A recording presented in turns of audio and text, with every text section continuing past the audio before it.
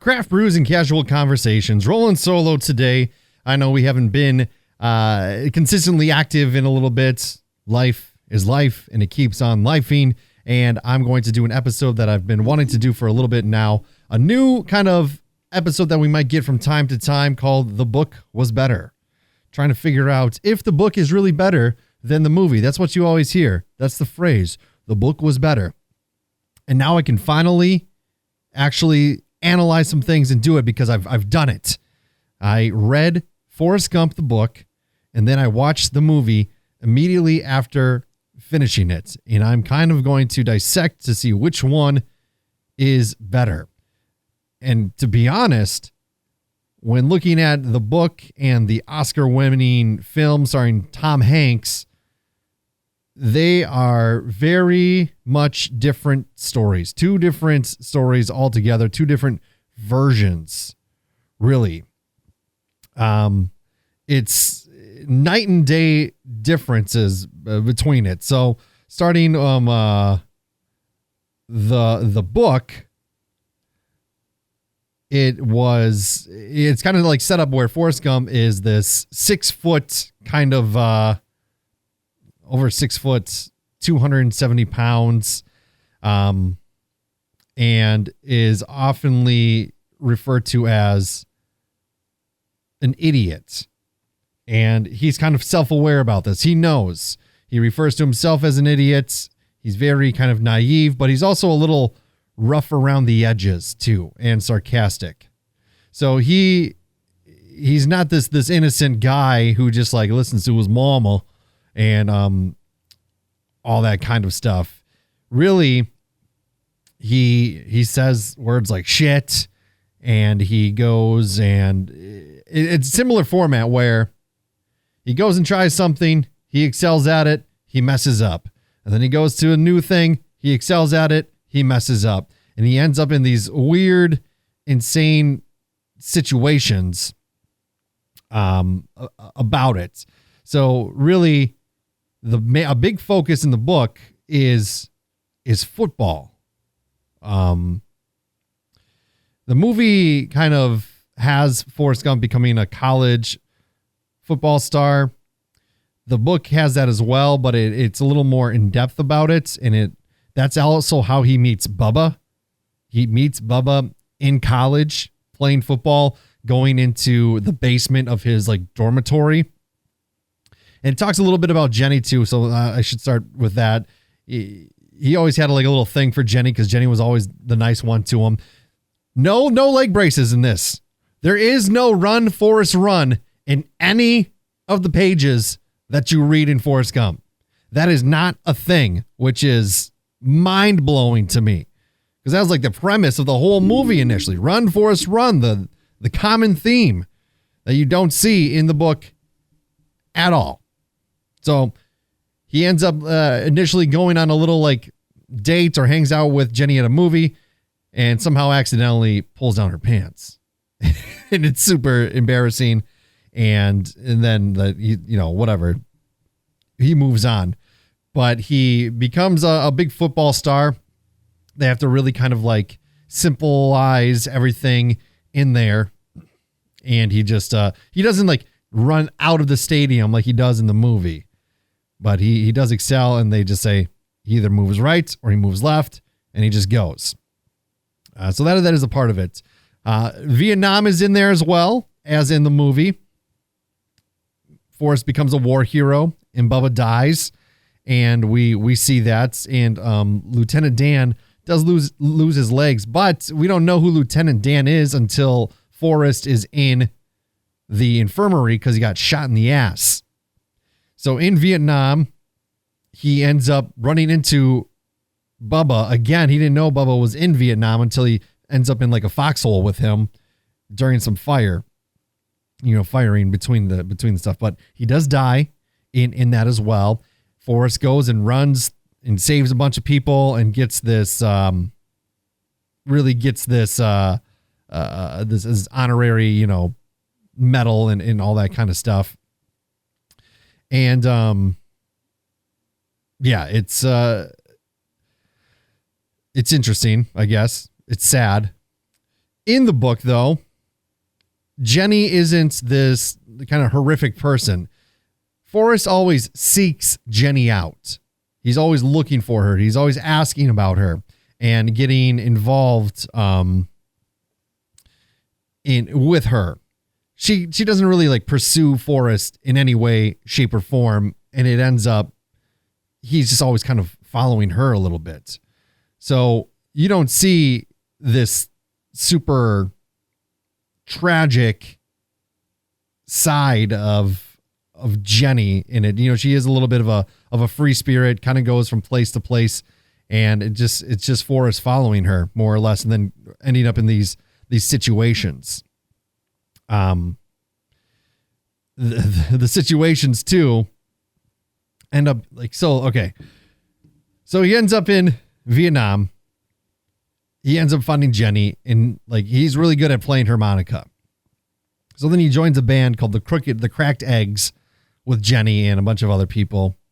Of course, a situation happens where Jenny is, bumping uglies with some other dude, and Forrest starts punching him because he thinks he's hurting her. You kind of see that in the movie a little bit too. But really what happens is these girls, because Forrest develops a liking to the devil's lettuce in the book. And then there's these girls backstage during an intermission of a Cracked Egg show. And they start to get all up on Forrest and like, they're into him. They think he's hot and all that. And then Jenny walks out and is like, oh my God. Because previously, and Forrest and Jenny were bumping uglies. And they talk about it. Jenny's pretty direct about it. Says like, Forrest, I want you to do this to me. And then he's like, okay. And he experienced that once before in the book too. So you really get like kind of these interesting, like more crude situations of Forrest. And he's not this lovable person. And he's often like a pretty smart guy, even though he has an IQ of 70. In the book in the movie, like with Jenny, she experiences abuse, addiction, self-destruction in her own life. She's damaged and always kind of looking for something. And that relationship with Forrest is pretty complicated because she's always leaving him despite knowing how much he loves her. And a lot of people don't like movie Jenny, rightfully so. I think she just strings the dude along a little bit. He's giving that speech and then she's like, Forrest, come here. I love you very much. And there is a little bit of a link there because in the book, Forrest goes to a protest with Jenny and ends up throwing his Medal of Honor into a crowd or whatever, and it hits like some senator on the head. And then Forrest gets arrested and gets tried. And then eventually they put him into a mental institution. Somehow then he ends up working for NASA, getting put into a rocket ship with another astronaut and a chimpanzee or an orangutan. This is real.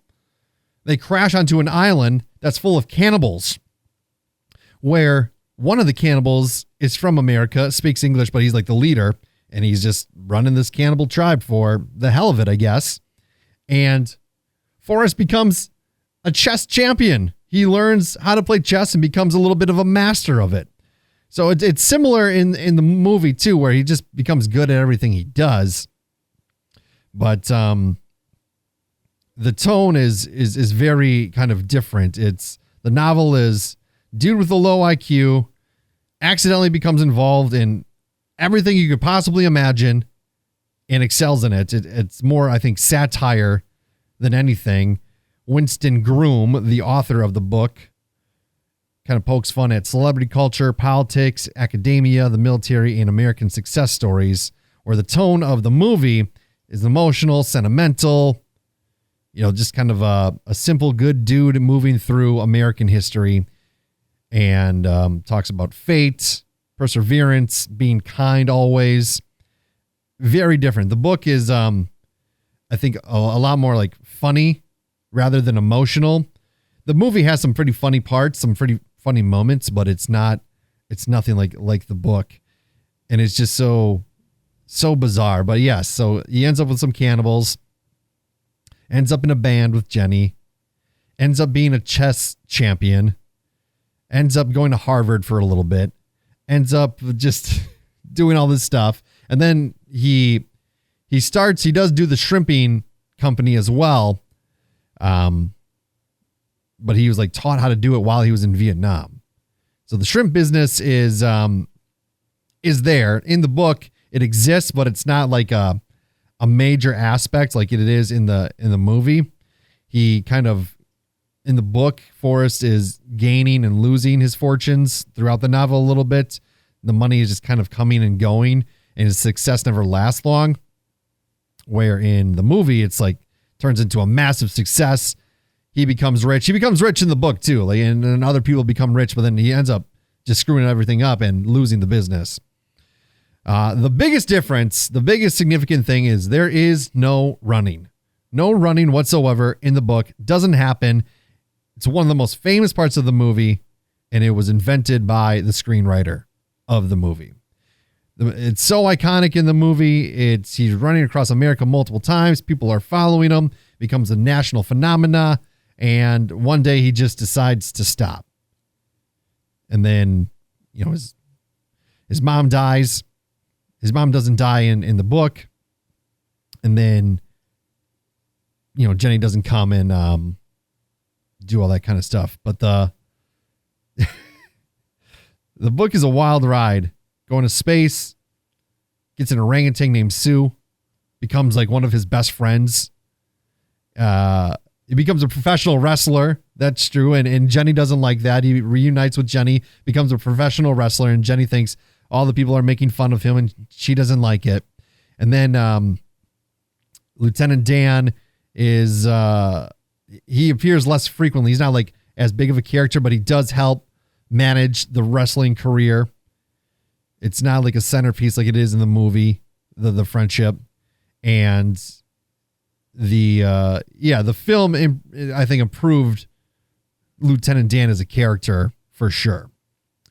But yeah, it's kind of like a repetitive kind of formula in the book. Like I said before, this happens, he does well, he screws up. This happens, he does well, he screws up. Jenny leaves and he goes and finds her. Like, she kind of wants to be left alone in this situation multiple times, but then Forrest gets a little creepy and follows her everywhere she goes.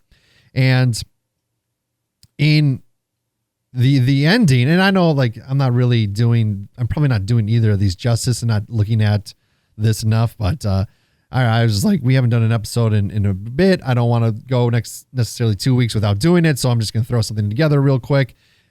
I'm brainstorming off the top of my dome and looking at a couple of notes here, but nothing crazy. In the ending of the movie, we all know Mama dies, Jenny dies. Right after Forrest finds out he is a father of Forrest Jr., played by Haley Joel Osment, who sees dead people and whose best friend got turned into a walrus in other movies. Forrest is raising his son. Jenny's buried on the property, and he's doing an okay job. He's a millionaire. He's got all this money. He invested in Apple and never has to worry about a thing in his life. He just has to worry about taking care of his kid, and the feather drifts away, and you are left hopeful, emotional. Life is continuing. Life is a box of chocolate. You never know what you're going to get. That line is kind of in the book in the beginning, right in the first page, but not directly the same. And it's not really like that iconic of a line. The book ending is very, very different. Mama doesn't die. Jenny does not die. Their relationship falls apart. And during Forrest's wrestling career, Jenny leaves because she's pregnant with Forrest's kid. And she's like, I'm not going to do this because I don't agree with this lifestyle and whatever. I'm just going to kind of want to live an ordinary life. He ends up going, I think it's to Indiana with Lieutenant Dan and with Sue the orangutan. And he's just like playing harmonica, doing like street music, and people are giving him money. And then here comes Jenny walking along with a kid, and he's like, "Oh, you had a kid, and yeah, named Forrest. You know, I thought I'd name him after his daddy." And Forrest realizes, "Oh shoot, I have a kid." Jenny is married to another dude who's successful, is providing for the family, and doing all that. And he admires the kid from afar.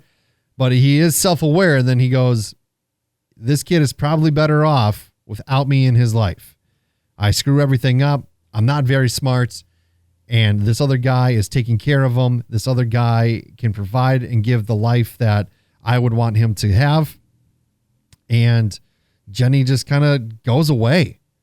It's kind of sad in some guys. It's just like, oh, man, Forrest is kind of a deadbeat. Kind of a deadbeat dad in this situation. And it's, I think, probably a lot of people have seen the movie more so than they've read the book. And you expect so much, and it's so different. No, a lot of it was really taken, liberty with writing the movie. And people are really shocked at how little it resembles the film. I was too. The ending is a little bittersweet rather than inspirational. And it kind of goes with Forrest and an orangutan walking away and goes, that's just how life is sometimes. It's like, oh, okay. And you don't get that feather blowing off in the wind. You don't get that shiny, happy-go-lucky type of vibe at the end of it. It's just him stumbling through life and doing what he's been doing for quite some time. It's super interesting. I did like the book. It wasn't my favorite book, to be honest. There is a sequel, Gump and Company, and this was written after the movie became the phenomenon that it was. The author was not too pumped that the film overshadowed his novel. So his sequel is, I'm told, even more satirical, but it kind of falls through a similar thing. He goes through different points in history. I'm assuming he, in the first line, I guess, is don't never let anyone make a movie of your life's story. So that's got to be kind of a jab at that. So which one is better is the question. And it's hard to determine because they're so different. And that's, I guess I kind of like that because you get two different experiences. Whereas if you read the Harry Potter book and you watch the first Harry Potter movie, you're going to get a lot of similarities. You kind of know the story. Whereas in these ones, you don't know the story. You don't even know the characters. They have the same names, but they are not the same individuals. They have different ideals, different personalities, and different life paths, which make it good. So if you like, in the movie, you like this emotional storytelling, you have these strong character arcs, you get really pissed off at Jenny. I wouldn't say their love story is meaningful. I would say it's manipulative and a little toxic. And you kind of get that a little bit in the book, but it's more so like two lost souls keep reconnecting, and eventually one is just like, what am I doing? I need to get my life together. Forrest Gump is a sweet, lovable person in the movie, and it has a lot of memorable quotes and inspirational kind of themes. The book, satirical, you got dark humor, insanely absurd adventures, just unthinkable adventures.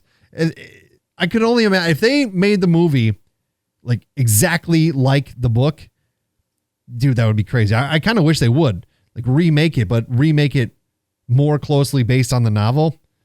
And we'd have a completely different kind of feeling about it. Probably wouldn't be as successful as the movie was, to be honest.